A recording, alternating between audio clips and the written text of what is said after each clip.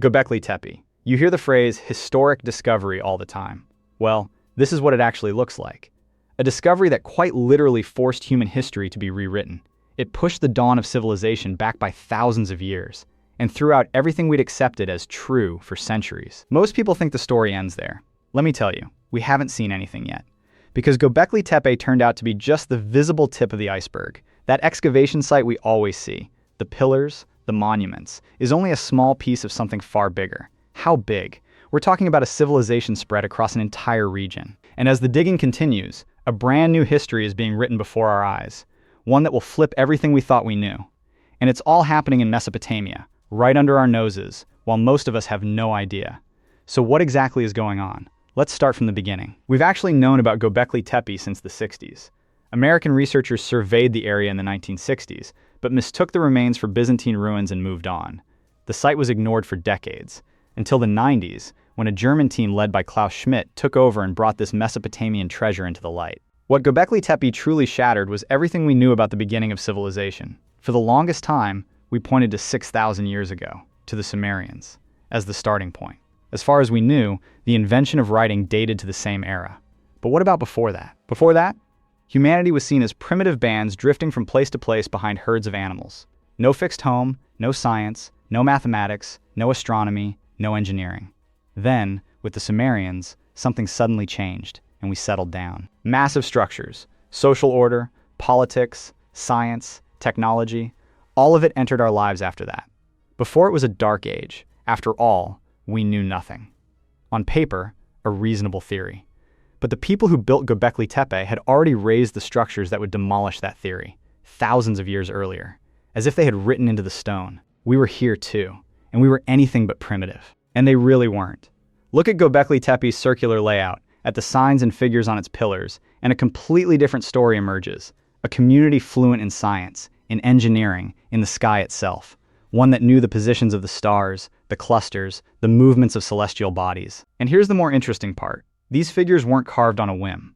These people were telling something, carving their past, their experiences, their fears, the disasters they had lived through, into stone. There was a story here, and a message left for us for the future. We'll dig into that part much more deeply in its own episode. For now, let's turn to the hidden side of the iceberg. Let's start from ground zero and see what's still waiting to be discovered. Then we'll place these seemingly unrelated finds side by side and see what we're really looking at. First fact, the number of circular enclosures fully excavated at Göbekli Tepe to date is exactly 6. And those 6 are only a small piece of Göbekli Tepe. Ground-penetrating radar shows at least 16 more similar structures still waiting underground.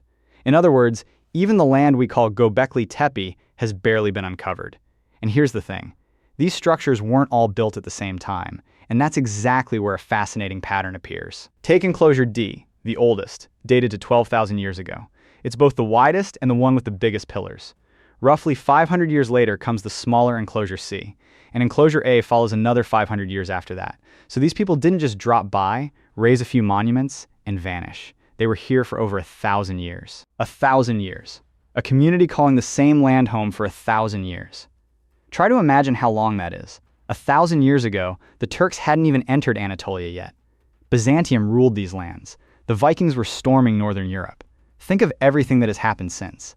That's how long. But we're not done. In 1997, a new discovery is made at Karahan Tepe, just 40 kilometers from Göbekli Tepe. Here's the problem. We had taken Göbekli Tepe as point zero, 12,000 years, the first structures ever built by humans. Karahan Tepe was about to scramble that math completely. Because the structures at Karahan Tepe may reach even further back in time. And there's more. Whatever the theories about Göbekli Tepe, the consensus was that it was a temple, an altar, a sacred site. As if its builders had appeared out of nowhere, built it, and then evaporated. But plenty of people refused to believe that. And they were right. People who built structures this advanced couldn't simply appear and disappear. Once again, Karahan Tepe would provide the answer. When excavations intensified in 2019, they revealed the traces of a remarkably well-organized community. Marketplaces, food storage, pots and tools. Everything you'd expect. People had lived here. That much was clear. In fact, some recently famous works found here show, for the first time, humans expressing sexuality through art. But this discovery raised a new question. This didn't look like a place where a large population lived. What if it was just a marketplace? Then there had to be other structures nearby, other communities, maybe other towns.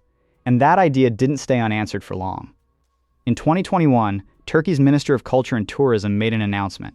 Within an area roughly 100 kilometers across, including Göbekli Tepe, 11 more hills had been identified. 11 hills means 11 separate dig sites, each one a potential settlement, a monument, a whole new chapter of history.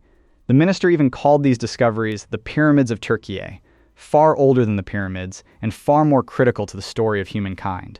Put Göbekli Tepe at the center, mark those 11 points on the map, and suddenly you're looking at a completely different picture. Göbekli Tepe was not a coincidence, not a lone anomaly in history. Connect the hills, and what emerges is the vast structure we now call Tash Tepeler, the stone hills, an interconnected system, a network, a civilization. The image of humans drifting after animals and idling in mud huts has completely collapsed, and the dates keep reaching further back. For one thing, Göbekli Tepe is no longer even the oldest. Excavations at Boncuklu Tarla suggest that site may be nearly 1,000 years older than Göbekli Tepe. The timescale is expanding right before our eyes. Then came obsidian tools and stone axes at Habatsavan. Then Tepe, Sayburç. And at Sayburç, we find the earliest known example of figurative art. Then Çakmak Tepe, Ayağanlar Huruk, Tepe. Taken together, these centers suggest that a civilization of perhaps thousands of people lived in this region for a very long time. But shall I tell you something even more interesting? A view is now taking hold. The Tash Tepeler culture, discovered in this corner of Mesopotamia across an area of roughly 200 kilometers, may have spread across a far wider geography, so wide that its traces don't stop at Şanlıurfa or Mardin. Researchers now believe we can follow this culture's trail from northern Syria into Lebanon, and from there down the Jordan Valley, all the way to one of the oldest cities in history, Jericho. That city in the West Bank is the oldest known walled settlement on Earth, and the oldest place still inhabited today. And do you know how closely the dates line up? Right on to 9,500 to 9,000 BC, exactly when Göbekli Tepe's first structures were built. In other words, the same era, different lands, and what looks like one shared mental revolution. And it wasn't only by land. There are even hints of contact across the sea, reaching as far as Cyprus. At early Neolithic settlements in Cyprus like Hyrokitia, the stone architecture, the use of obsidian, and the traces of daily life all suggest this culture crossed the sea and spread like a web. And when we trace the obsidian, an interesting picture emerges. Most of the sources are in Anatolia, yet the pieces turn up in the Levant, and even in Cyprus. What does that mean? Perhaps places like Göbekli Tepe, Karahan Tepe, and Boncuklu Tarla were hubs, trading with each other, passing knowledge, sharing rituals, just like today's networks of cities. Which means we may have started the story of civilization from the wrong place. It wasn't writing, or the wheel, or pottery that gave birth to it. It was thought, the need to come together. These people raised giant stones because they had something to share. They met in a common meaning. Maybe that was the first definition of civilization. So who were these people? Why did they raise these stones? What were they trying to tell us? That's where it gets truly exciting. Because these people were not the primitive, scattered, nomadic bands we've labeled them as for so long. Göbekli Tepe, Karahan Tepe, and the rest of the Tash Tepeler revealed a powerful collective mind, a belief system, a solid social organization. And in doing so, they may have corrected one of history's greatest misconceptions. For years, our formula was this. First came farming. Farming settled people down. Settlement built cities and societies. Growing needs produced temples, writing, law. Faith, emotion, the search for meaning. Always last on the list. Göbekli Tepe turned that order upside down, because the oldest known structures in human history were temples. Not houses, not farms, not armories. Temples. These people came together before agriculture, carved the stones side by side, and created a shared ritual space, which means they planted meaning before they ever planted wheat. And that tells us something striking. Civilization didn't begin in the field. It began in the mind. The first thing that held society together was belief, a shared dream. Maybe that's why the figures at Göbekli Tepe were never decoration.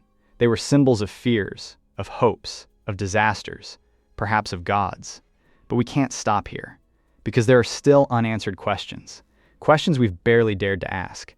Those figures on the stones may not be depicting only animals and hunting scenes. In recent years, some analyses have suggested these carvings align with astronomical patterns, star clusters, even recurring sky events.